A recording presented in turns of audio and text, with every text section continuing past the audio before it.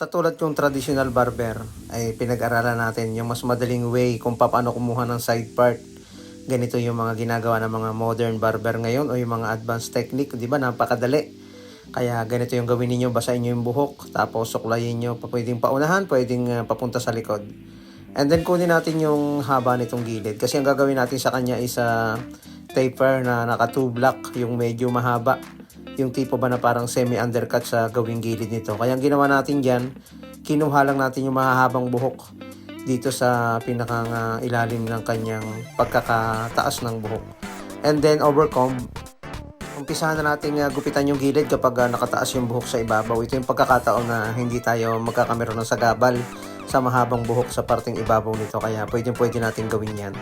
Ginawa natin dyan is nag-overcomb muna tayo and then gumamit tayo dyan ng number 2 na clipper guard sa gilid.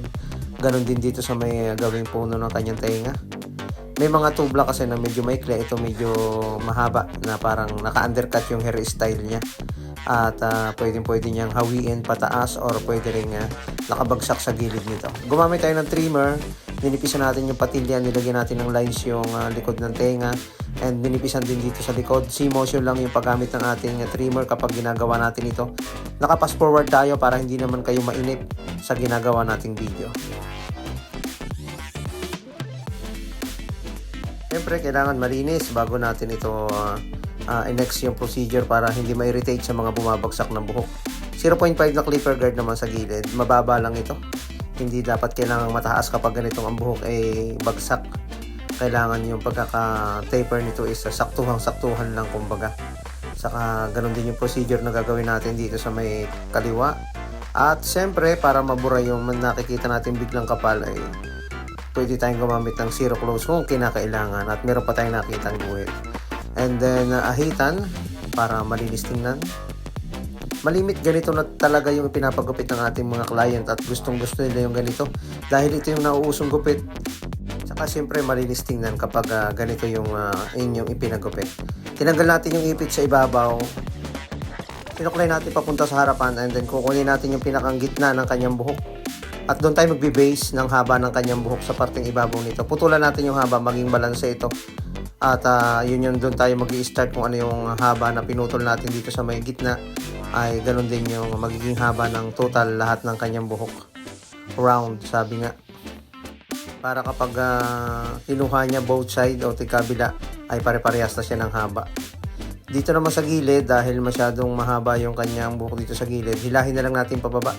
Kunin na lang natin yung pinakang dulo niyan at putulan natin.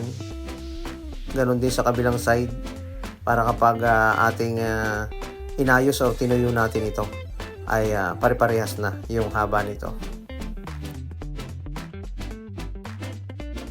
Kaya kung gusto mong magpagupit ng ganitong klaseng gupit, pwede mong ipakita yung ganitong klase ng gupit. Tapusin mo hanggang dulo para makita mo yung final nito. Ang ginawa ko dyan, binata ko yung buhok papunta sa likod at kinuha natin yung parting makakapal at saka mahahaba at binawasan natin muli ito para maging balanse. Kapag siya ay nagsuklay pa brush up or papunta sa likod ay walang maiiwan na medyo mahaba. Kailangan saktuhan lang yung pagkaka-textured natin. Ganon din dito sa bangs, putulan natin ng konti. I-balance natin yung haba ng kanyang buhok. I-blower para matuyo at makita natin yung tamang volume nito. Lagyan natin ng hairspray na pang settings ng buhok. Okay na. Ang dami purpose ng ganito. Pwedeng nakabagsak lang. Pwedeng nakabrush up ng konti. Depende na sa iyo kung paano mo ipoporma ang iyong buhok. Pwedeng naka-center part. Pwede rin itong naka-side part. Depende na sa forma na gusto mo.